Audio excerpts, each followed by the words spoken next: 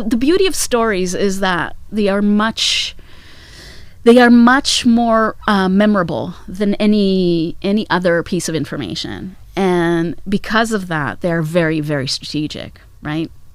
And analogies is also painting a bit of a picture. It's not just the story. It's sort of like it draws something in your mind as you tell it. So it sticks. Welcome to the Marketing Academy Podcast by GCMO, where in every episode we sit down with a marketing expert to deep dive into a hot topic shaping the industry. I'm Yitzy Tannenbaum. Let's get started. Welcome to the Marketing Academy Podcast by GCMO. I am Yitzy Tannenbaum. I am part of the product marketing team at Palo Alto Networks. My guest today is Hila Perl, Director of Comms at Papaya Global. Hila got her start in TV. And in this episode, we're going to talk about the lessons Hila learned from TV and how she brings them into the world of B2B marketing. Hila, hello. Man, thank you. Thanks for having me here. Of course. And I'm sure we have a ton to talk about. But before that, tell us about your humble beginnings. So humble beginnings. I started with print journalism. Wow. I was a reporter for a Jerusalem Mekomon, like a local newspaper. And I just grew from there to cover hard news and, buses exploding and all that fun stuff for ABC News in Israel. Then I moved to New York and continued my my TV production / reporting career there. And I realized through that experience, once I was sort of done with it, once it ran its course, that what I knew instinctively to be strategic in communications is something that I can reverse engineer and teach others, especially in worlds of technology when sometimes it's a complicated product or a complicated process that needs a little bit of taking apart and putting back together. Right. So talk a little bit about your journey from TV. So in TV, did you mostly do news? I did mostly news. My last bit of TV was reality TV, and that kind of broke me. So, that was the. So the real question, I think, on everyone's mind is how real is reality TV? Not very. There you go. Okay, so I will say this: it's unscripted. Okay, so you did TV. You then changed into marketing. Why did you make the change? I think it's not so much why, it's how. Okay. My dear friend and mentor from ABC News at the time, Daphne Algum, started her own PR agency with two co-founders, and she told me, she's like, come work for me. And it's like, no, that's the other side. I can't, betray my whatever. But she convinced me by kind of engaging with me and letting me understand that this is something that could be very, very useful. We speak a language that's very useful to clients. So talk about that language, because you were saying that the world of news and the world of marketing have similar lines. Can you talk a little bit about the themes that are similar and maybe the themes that are different between news and marketing? I think whoever is interviewed, whether it's, a minister in the government, an activist, or a CEO, a co-founder, someone who's trying to raise money, they have a message that they need to deliver, and they need to do it in the most effective way they can, and that's where it comes in. So it could be a TV that they're selling, but it also can be, a fintech that can, help the unbanked get paid all over the world. Right.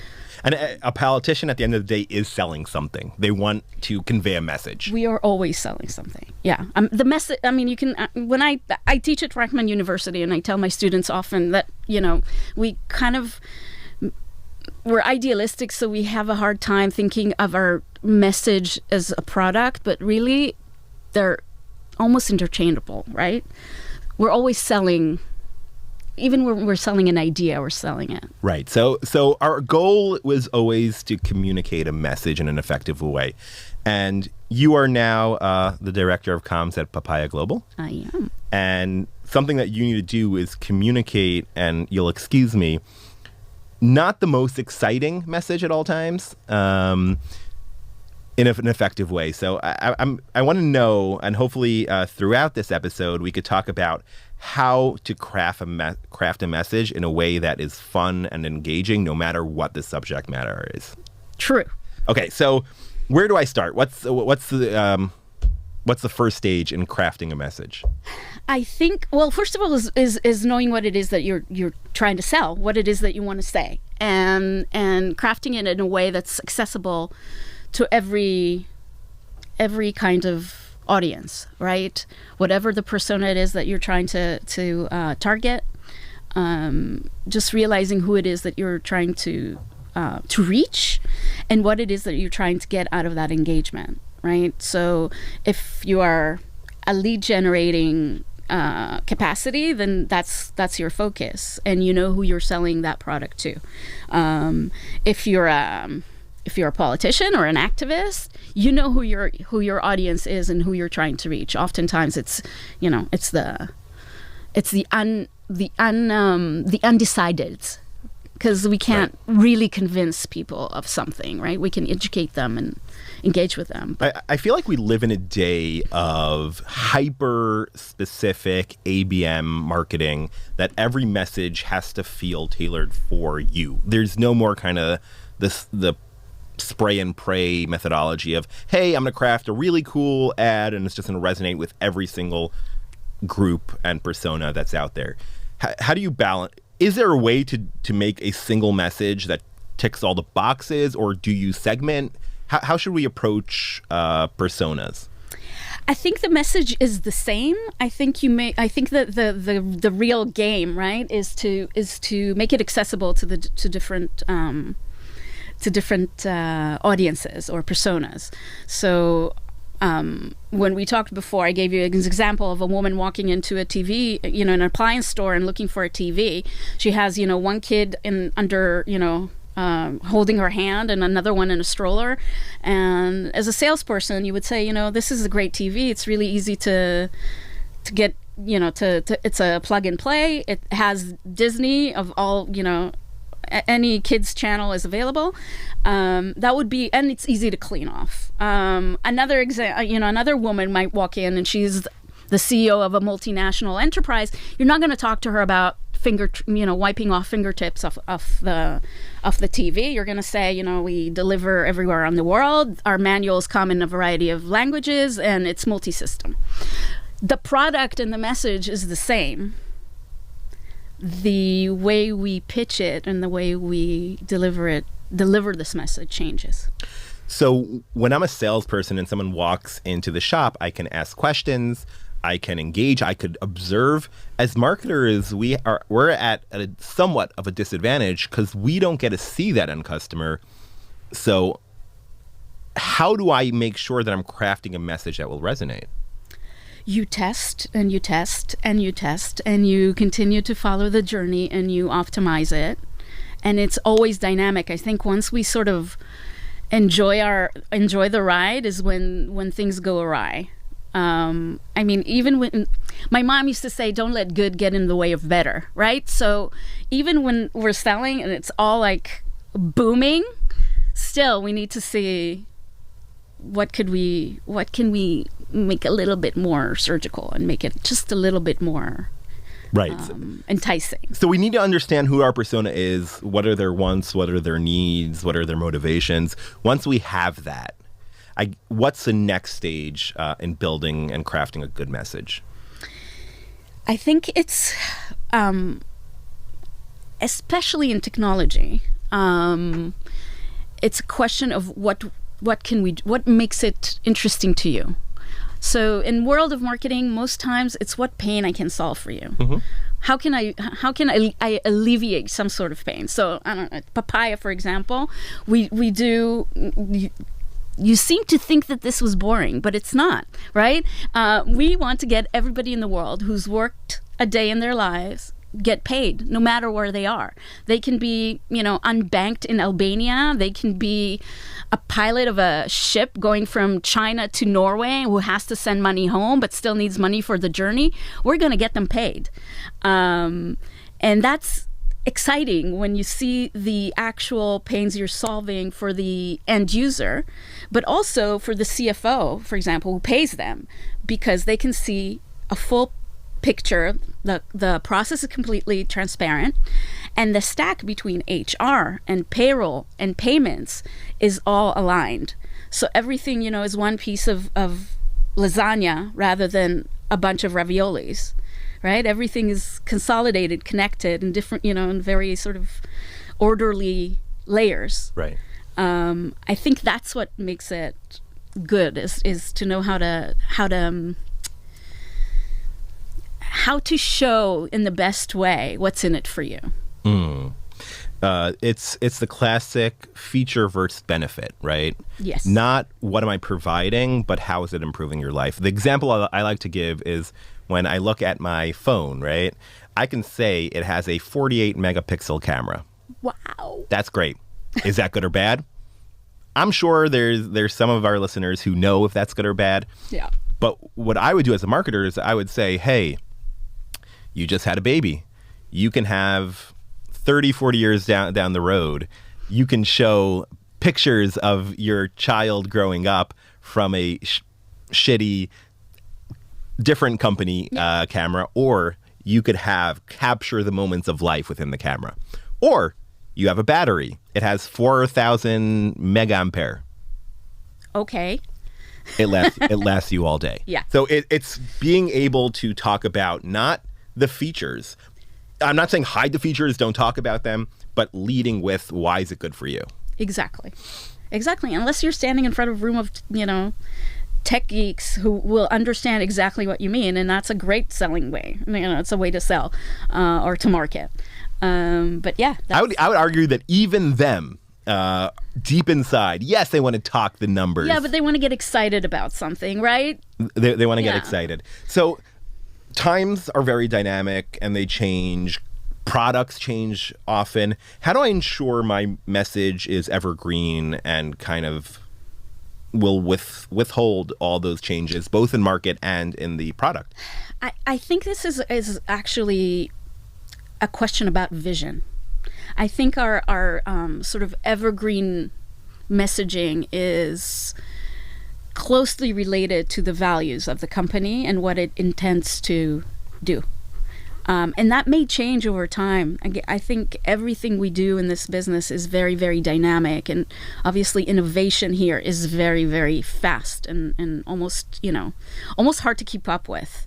But I think that there are core values that we need to sort of test. So if we talk, I'll give a cliche example, but, Nike is just do it because they're about supporting people through the process. Yes, it's about achievements, but also it's getting up in the morning, putting on your running shoes, getting out of the house and just doing it, right?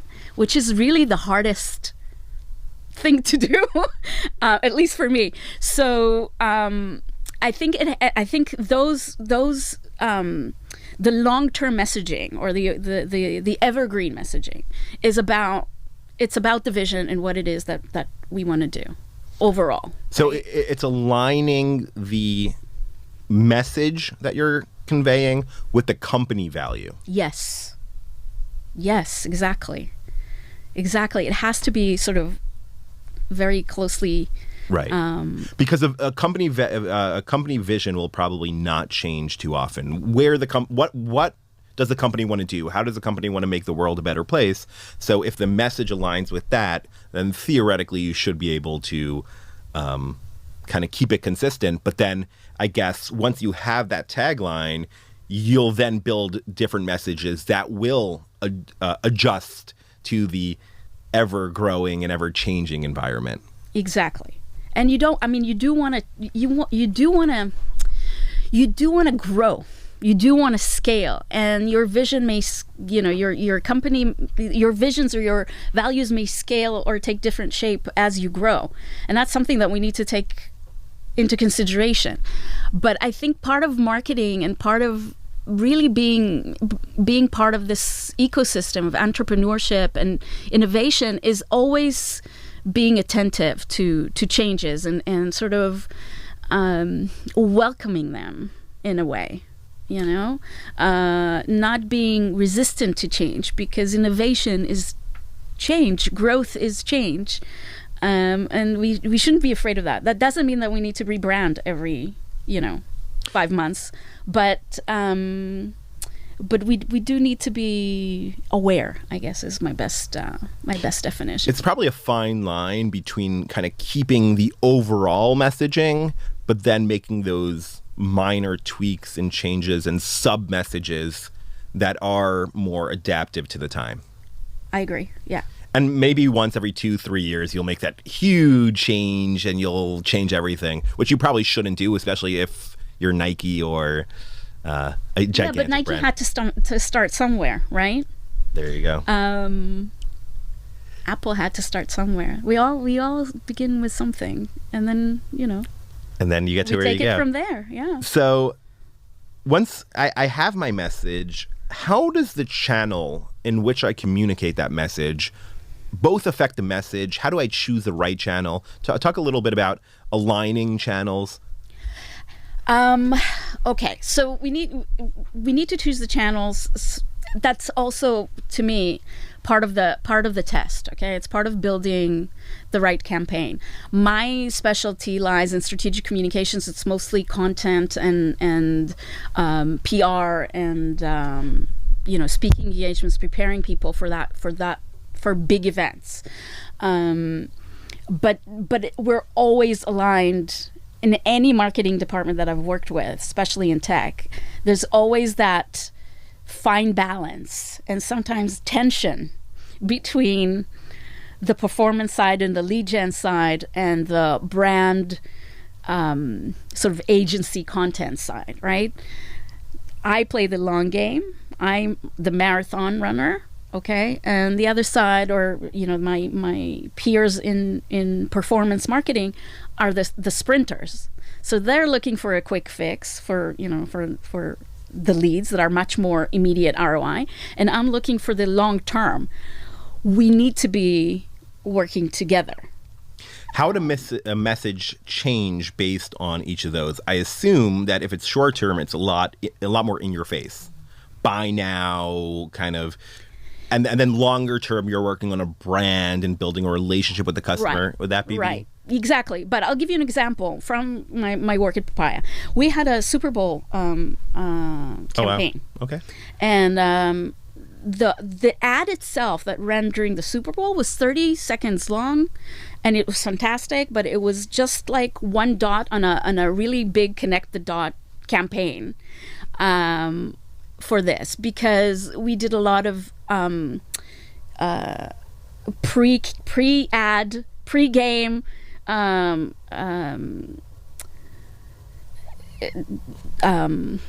lead generation activities.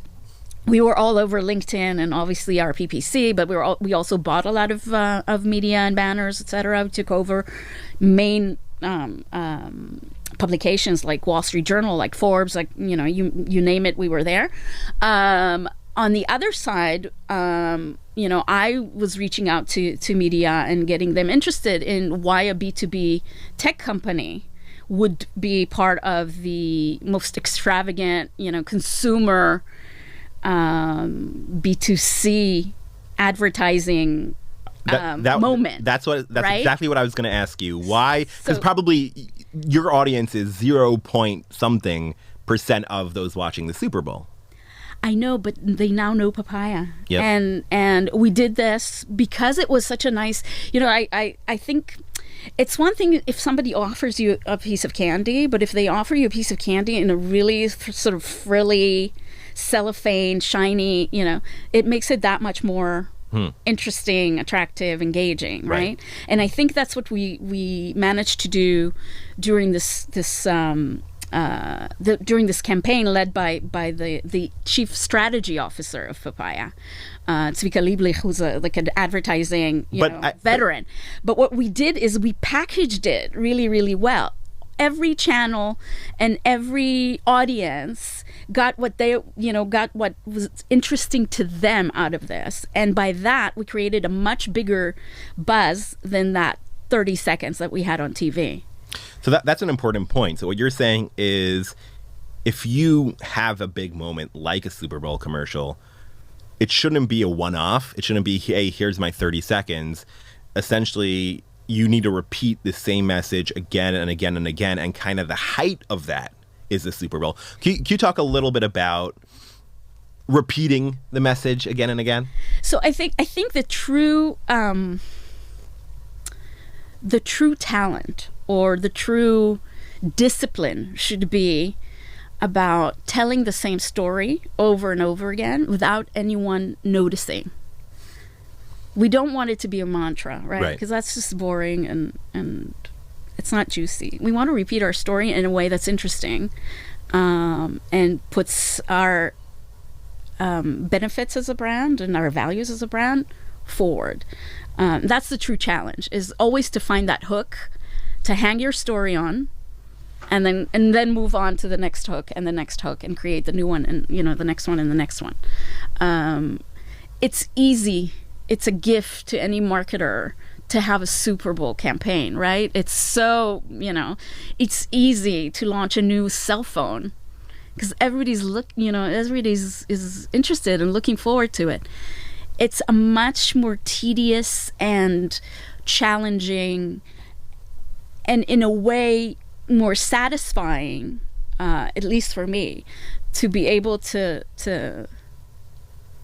create those milestones and know, eventually when we're, up there with giants, that we started out as a disruptor and we built one layer after the next.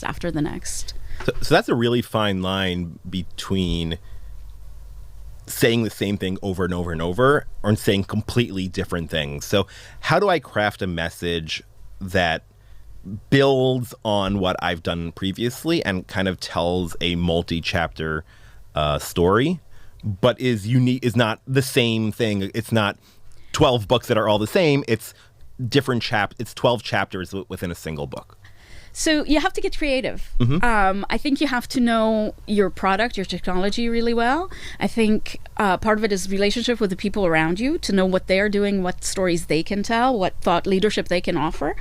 It also has to do a lot with data. I think there's something that I call mind-blowing statistics, right? Mind-blowing statistics is something that you stop and think about for a second, okay? So I recently wrote an article for International Women's Day for our CEO, and part of the research was that there are billions. I think the numbers are 4 billion people in the world who are unbanked, and more than half of them are women, adult people in the world. So that raises an interesting. That's a number to raise interest in financial inclusion and why this is important. And, we sort of live a sheltered life. We all have a bank account. We have ways to transfer money to each other. We forgot, I don't know about you, but I don't carry cash anymore because it's pointless. So that's a mind-blowing statistic. That's one way of data-driven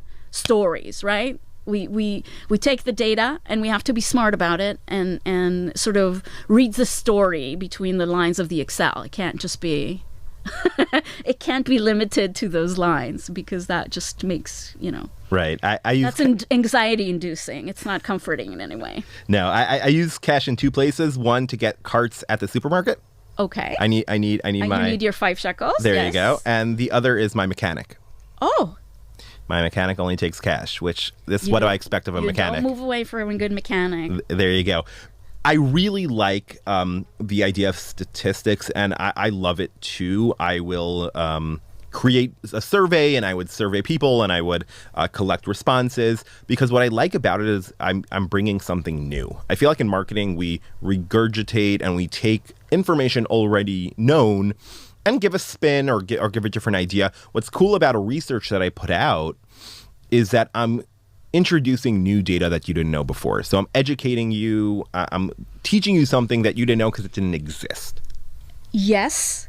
And it also creates, I think by doing this and doing this repeatedly, you sort of own that space, right? You run that, the state of fintech. Right.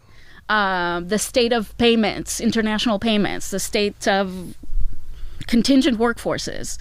And eventually people think of you, you're not just offering the value of the data, you're also reaping the fruit of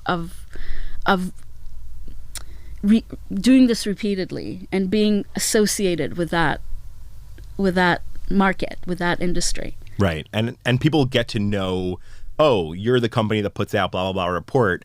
And we have a few reports like that. The people are looking forward to it. They expect it. They quote it. And that's another thing you should do if you're working on a report like this. It's knowing how to milk it and just use it everywhere. And repurpose. That's a magic word, repurpose. Repurpose everything. Use it again. Right. So would you repurpose as part of the multi-stage story? Yes. I think it's, we put a lot of work into creating content from scratch. So once we've done that, and we should do it, right? I'm not saying we should borrow from everyone all the time. I'm just saying if we put an effort into, at Papaya we have a payroll and payment academy, right? We've put a lot of effort into it. It's top-notch production, it's a lot of subject matter expertise. It's very, on the one hand, sort of visionary, on the other hand, very practical sort of lessons. And we created it in order to support the payroll payments industry, because we feel like there's a bit of a void. It's people that don't get invested in unless or get approached even unless something goes wrong, right? If something's wrong in your payslip, that's your first phone call. But you're never going to go and say, thank you for delivering my payment on time. It's like a given. It's supposed to happen. So we created this, this database, right? A lot of video, a lot of lessons, and anyone and everyone in the company was involved in this, not just marketing. It went to the CEO and to CTO and to our chief product officer. And we talked about anything from AI to the future of fintech, okay?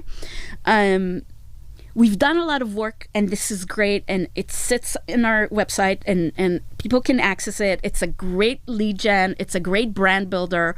It's good for the community. But guess what? I refer to it all the time. There's research there. There's stuff that we've uncovered there, and ideas that we touched on there that I keep alive. I keep using every now and then. I mean, as simple as putting it on organic social, but more deeply, I will get ideas from there just for thought leadership or media outreach, because it's a treasure. I mean, yeah, you use it. Of course you do. You repurpose and repurpose. I think it's like it's magic. It's like, it's a secret. It's a secret we don't discuss enough. It sounds great. I am sure very few companies have the ability to kind of create a database of knowledge, not about their product, but about the industry. Yes. And if I'm someone who's in that industry and I want to learn about it, I will go to your academy. Yes, your logo will be somewhere on the bottom or on the person's shirt, or the URL will be your company logo, but it's not promoting the product. No, not at all. There's nothing about the product there. It's all about the industry. It's how to make cross-border payments easier to deal with. I don't think we can take the pain of payroll and payments away completely, right? We don't pretend that we will, but we can simplify and consolidate the process, and that alleviates a lot of pain in its own. Do you find good ROI on this academy? Yeah, we did this. We launched this in July last year. We're launching Academy 2.0 in July this year, and we saw a lot of traffic. We saw a lot of brand recognition. It was the next biggest thing after the Super Bowl. Wow. And it's kind of the gift that keeps on giving in a way. It feels very good to be part of something like that sort of gives value, not just I mean, yes, there's ROI. Of course, we thought about it. I don't want to seem, too fluffy, but it does feel good that it serves people without no strings attached, right? Right. Although at the end of the day, strings will be attached. No one wants to be sold to, but if you're willing to teach me something new and I'm able to learn, somewhere in the back of my mind, I'll connect Papaya Global to the education. That's all I want. Right. So you spoke about statistics and doing research and using that to tell a story. Education and just talking about the industry in a non-selly way is another way. What else? What other ideas do you have for me for fun, compelling messages? I think telling your story, sort of simplifying technology through analogies. The one I just gave you with the lasagna and the raviolis, that makes things very, very clear, right? I also love to talk about carbs, but that's one way, right? Another way, I remember when I was working at Optimove, our CEO, Pinia Kuel, used to give the example of how do you personalize. It's a MarTech company, and it's all about a personalized journey, right? So he would explain the journey by, you walk into an ice cream shop, and the first question they ask you is cone or cup, and you choose, and then they ask you how many scoops, and you tell them, and then what flavors do you want, and what topic do you want, and do you need a spoon, or how do you pay?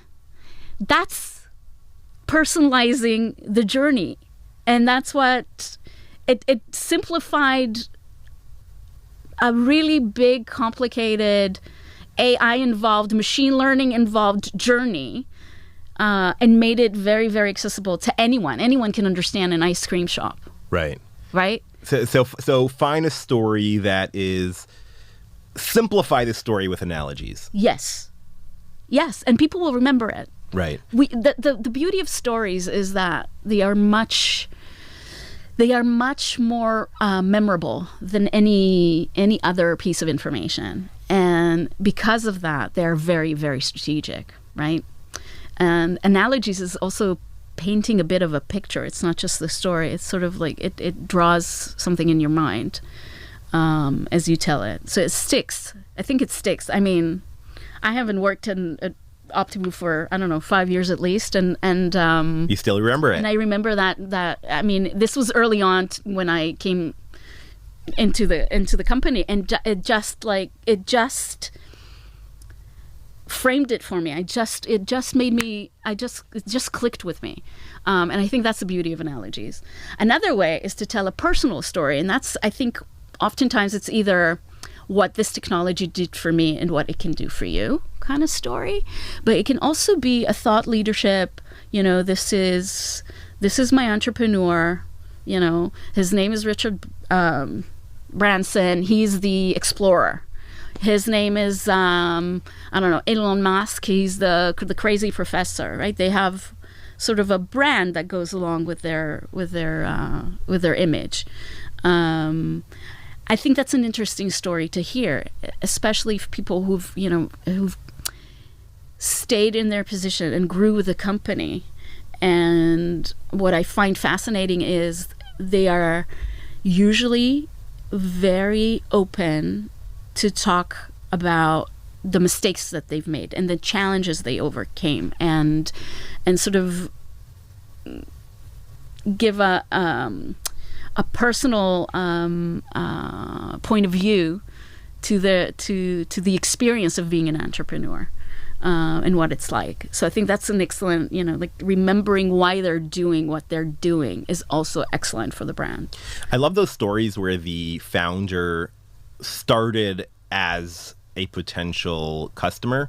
So they'll say, I was in your place. I was a payroll employee. These were my challenges, and I looked to find a solution. I couldn't find it, and that's why I built Company X. I love those stories. So that's the Papaya story. I think it's a pretty common one. Yeah, we had Yep. It's also it's I think in Israel in particular, but maybe maybe I'm seeing this way because I'm attached to this place, right? And being around this innovation is what kind of fills my batteries. But I think those stories here are particularly interesting because it's our number one resource is those people, right? Who wake up in the morning and say, I don't care if other people are doing it already. I'm going to do it bigger, better, more efficiently and keep on going no matter what. And it's the resilience. And they're inspiring. Right. It's like, but it's not only exclusive for CEOs. I've seen salespeople, right? When I worked with a salesperson who would come and say, I did your role. Yes, it was 15, 20 years ago. It doesn't matter. And these are the challenges I had. And this is how our solution meets those challenges. And you see it, and we spoke earlier on about understanding the pain point. Yes, I could tell you what your pain point is, but if I experienced it, I was there on the floor. Absolutely. I suffered the late nights or early morning, whatever it is, and then I communicate that to you. I think there's something that resonates better there. Yeah, and you raise another issue with that insight is, I think in marketing we sometimes fall into speaking to ourselves. Right, we're talking to ourselves with our terminology, and we repeat ourselves in our own way, and we fall in love with our, limited vocabulary. I think it's crucial to communicate with other teams in the company, to talk to salespeople and hear from them, or listen to calls, but and listen to what problems are raised when they speak to prospects, to listen to customer success and see what issues are being brought up from customers, to speak to your C-levels and hear what I asked the chief business officer at Papaya when I first started there. I'm like, what's the best thing Papaya is doing for you? Because there are a lot of things that we can discuss. And he says it puts everything on the same screen. That's a simple. I get it. Right. I get why you need it all there. So I think every single stakeholder or every single person really in the company can provide insight. We just need to to have those discussions. And I think it's more. I agree. It could be everyone, but more specifically those that are customer facing. Yes. And especially those in the field, right? So they live in a country where they're meeting customers every single day. And I personally like to meet customers often because it's a twinkle in their eye. You talk to them about the solution, and there's something that you talk about, and you just see them light up. Yeah. And then there's something that you talk about, and the company talks about, and PM talk about all the time. Yeah, it's okay. It helps me because we fall in love with our own technology. So it's not what's in it for them. It's kind of what makes us kind of feel good about ourselves. Because we understand the backstory of what it could do for other people, but it's like you said, it's okay. So you have 48 pixels on your camera. All right, what can it do for me? Right. But even if we think that it's providing benefit, and it is beneficial on paper, is that the benefit they're looking for, or is that are we addressing a pain that they have? And it's not always so black and white. It's never black and white, right? It really isn't ever. It's not even shades of gray. It's a rainbow. Right. You never really know. But I think that's what makes it more interesting in a way. I think it makes you consider the technology that you offer in a different way. You look at it and you're like, oh wow, we can do this, and it's that easy, and it solves it solves a big problem for someone. It's right. Something I really like that B2B brands have started to do is they start taking pages out of the B2C playbook. And they don't see us, hey, we're a super technical product, so we'll give you a 8-page white paper talking about blah. We'll have a TikTok page or Instagram Reel page, and we'll do something fun and exciting and engaging that you could be sitting there at a Super Bowl. You don't know anything about payments, but it's a fun ad. Can you talk a little bit about that? So I think I like that shift, if you will. I think, especially in technology, many of us are disruptors, and we want to do things differently from the get-go. We're here to say we're not legacy. We're not the dinosaurs. I mean, I know nobody got fired for buying an IBM, right? But I don't want to be IBM. I started my career at IBM, by the way. but you know what I mean. I do. We want to be, we want to innovate. We are here because we're innovators by nature. Otherwise, we wouldn't be in this business. And so I like that approach to begin with. But also, I think we need to consider the fact that eventually, I mean, we're always talking to someone, whether we're selling B2B or we're selling Doritos. It doesn't matter. We're talking to to a person. And the process that this engagement starts may be a longer one and need more nurturing and attention and touch points. But the process is with a person, and getting that person, supported and interested and engaged with what we can do for them. So I think it's actually quite natural, especially in a world where everything is person to person, right? We love Instagram, but we really appreciate TikTok for being more authentic, less produced, right? So we might escape to Instagram to see beautiful vacation spots and top-notch resorts, whatever. But we would enjoy seeing the cockroaches in somebody's room when they actually go on vacation. There's something to that experience, and we need to embrace it rather than fight it. I find it very uninspiring when new technologies try to behave like the legacy companies that they're trying to replace, right? Well, everything starts to look enterprise, right, where everything is, like you're a fintech, but you're trying to look like a bank. It's a dissonance, and I think we need to embrace the fact that it's a different way of doing things. I agree with you, and I think that distinction is so much bigger in the age of AI, because absolutely, when we see something perfect, I think our minds almost are like, wait a sec. Like, we're looking for the stutter. We're looking for the misspelled word. It makes it more human today. Yes. But this is brand new, and next year we're going to sit here and talk about it like it's old news, right? But that's the beauty of this field, is that there's great minds are thinking and creating and developing, and now AI, I guess, is one huge one. But I think we're looking for, I used to do work for the Ministry of Foreign Affairs. I would prepare diplomats for their missions. Wow. and cadets, etc. And I would often tell them, I think that the age of, the head in the suit is over. I think, yes, there's always the times that you need to look professional and presentable. But really what people are interested in is bringing ourselves into the interview, into the event. We need to be more authentic. They're looking for personality now. They're not looking for a cardboard cutout of what it is that we think they want to see. Right.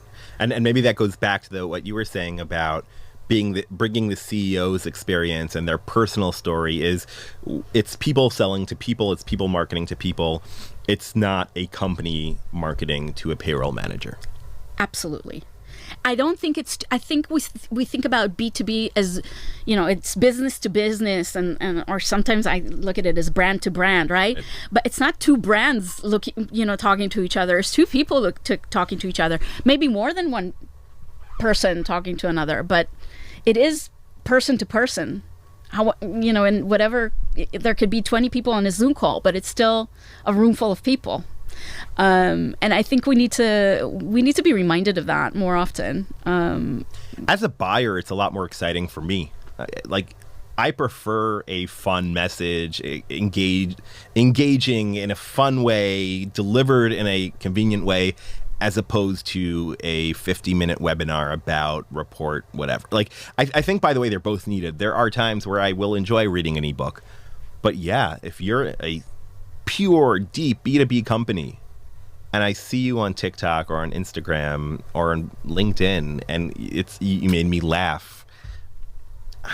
That for me is so valuable. I bring you back to your questions about the question about the Super Bowl, right? That's it. That's exactly that. It's not being afraid to be different. To be bold. Yeah. So, how do I know that I'm doing something wrong? What are the common mistakes you would say people do when building a message today? I think often the messaging and the branding changes because people are not up to date, and communicating it and staying on it isn't a challenge. But I also think that often we rely on sort of big news and big events, and we don't stay with the discipline of keeping the story alive in the long run. Like I said, it's a dream come true to have a Super Bowl. Right. But the real challenge of my job is to find those moments where, I can get him to speak about AI. Everybody's speaking about AI now. Let's talk about, cross-border payments and what AI can do for that. That's always looking for.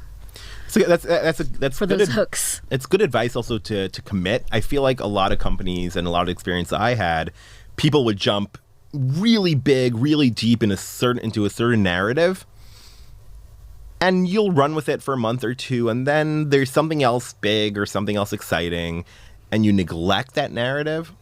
Yeah, you have. I mean, really, you have. It's about staying true to the course, I guess. Right. But look, it's a challenge, right? I mean, just getting everyone to use the new branding on their presentations is a challenge. It's a minor challenge we all face, right? Getting a banner up that's not, that has exactly the right font and the right. They're daily challenges. We're tested each and every day with our commitment. Our commitment is challenged and tested every day. Your pet peeve is a salesperson using a presentation on the bottom quarter and says 2021. For example, but also an old logo, and Right. our designers are going, they're using the wrong font. And everything is ready. Just use what's there. We're people. There are worse things, much worse things that can happen. We deal with it on a daily basis. But what makes it interesting, I think, in a way, is at least for me, is giving people some insight and providing knowledge, making them, what I loved about being a journalist is how I needed to get smart about things very, very fast of whatever is going on. And I hope I'm doing a little bit of that from the other side. Just getting people to just getting them a peek into what the other side is, what's behind the banner. What's behind the curtain? Pay no attention to the man behind the curtain. Exactly. A lot of great tips on building a message. Before we go, do you want to give us a quick maybe rundown? A company, I listened to this episode. I want to improve our messaging. What would be kind of the steps from starting out to kind of delivering the message? Can you help structure that for the structured listeners? Sure. So I think creating the message is really knowing who you are. So sort of digging within yourself and figuring that out. And I think that conversation needs to include a lot of people. But I remember when we were doing rebranding for Papaya a while ago, we tried to, there's a process to it, right? I'm sort of giving you little bits and pieces, but there's discussions about if this company was a person, what kind of person would they be? So Inadges, for example, used to be a competitive swimmer. So she said, we have stamina, we're competitive. She gave us those kind of insights, and it could differ, but it needs to be. It's almost on a I don't know, like a dating profile kind of thing, and then you work out, the technology and how you want to deliver the innovation, the pains you're solving, etc. So once you have that kind of,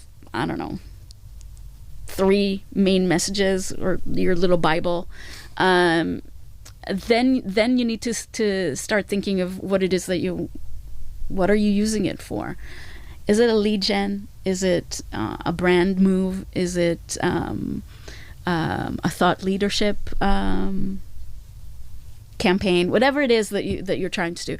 And then most times what I love is that everything is aligned. Everything is together. Whatever, we commit to a message and you can see it, and it's like it's like rays of sunshine. We have the sun, and every ray, every sort of stakeholder in the company knows, how to sort of project it to the world. So that's second is knowing your message, understanding how you're gonna tell it to the world, what you want to get out of it, and then repeating it over and over. We talked about that. So it's the story, it's the analogy, it's the mind-blowing statistic of sort of repeating the story over and over, being clever with your copy, even on banners, right? Something very simple, but can't, if you've seen the banner, you're sort of blind to it already, right? There needs to be something spicy and engaging to get your attention. And always keeping on your toes, and always delivering as tight a package as you can, really, because it needs to have. I mean, not to sound over dramatic, but it's a good piece of fiction, or like I always refer to it. To me, my job is very Dickensian in a sense, because it's a serial. You always have to wait for the next chapter, so that keeps you going. You're always looking for the next story, and also at the very end, and it's a great story, of course. And at the very end, everything is tied together. You realize it's bookended beautifully. There's a strong beginning, a strong end. Everything is resolved for you, and that it's a full arc. The plot is, the plot keeps you going from one story to the next, but eventually you have that piece of, oh, okay, I see how that went. That to me makes it more memorable, more strategic, more effective, and a lot more fun to to consider the big picture of things and not just, you know, the next banner I have to write, the next, you know.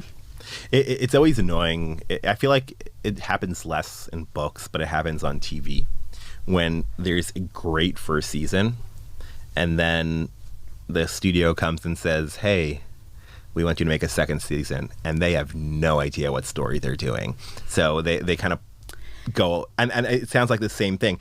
If you have a 6-season arc and you tell each piece, and then you'll have a really good series or a few movies that have beginning, middle, and end, as opposed to, oh crap, this movie made a lot of money, we need to make a sequel, and that sequel's gonna suck. Yeah, it's I don't know, Star Wars compared to Lost. I know I'm dating myself, but that's right. That's you know that Star Wars, yes, you saw the 3 middle parts, or, you know, I didn't see them in the 70s, but, you know, they came out in the 70s. But, you know, but when you see the first 3 and the last 3, you know that they came as, this was planned.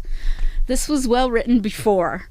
And we're getting the story in different moments.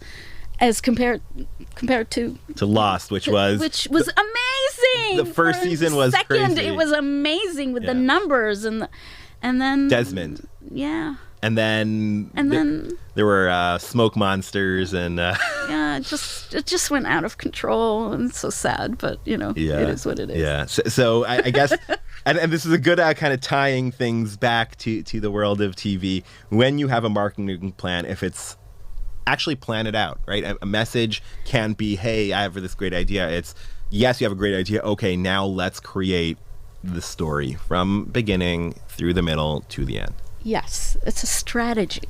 And the strategy can be adjusted, but it shouldn't be botched every time we have a new idea, right? We shouldn't throw it away just because we have a great idea for something. There you go. Yeah. Hila, this was super, super interesting. A lot of great ideas. I think we always, in marketing, there's so much to do. So taking a step back and remembering that at the end of the day, we're storytellers and we want to tell a good story, what was great for me and a great outcome for this conversation. Hopefully challenging the status quo, making sure that it's engaging, it's exciting, and it sees not the company I'm trying to market to, but the person behind it, their pains and their goals, and how I could provide them value. Absolutely. What's in it for them? What's in it for them? I want to thank you, Hila, for coming out. I want to thank our producer, Rotem Simon. I want to thank Anar Naftali, who was our editor and makes us look good. I want to thank our host for today, Google for Startups. If you have a startup and you want a place for community and resources, check out Google for Startups. Hila, thank you so much. Thank you for having me. It was a pleasure. This was fun. Thank you. Yes.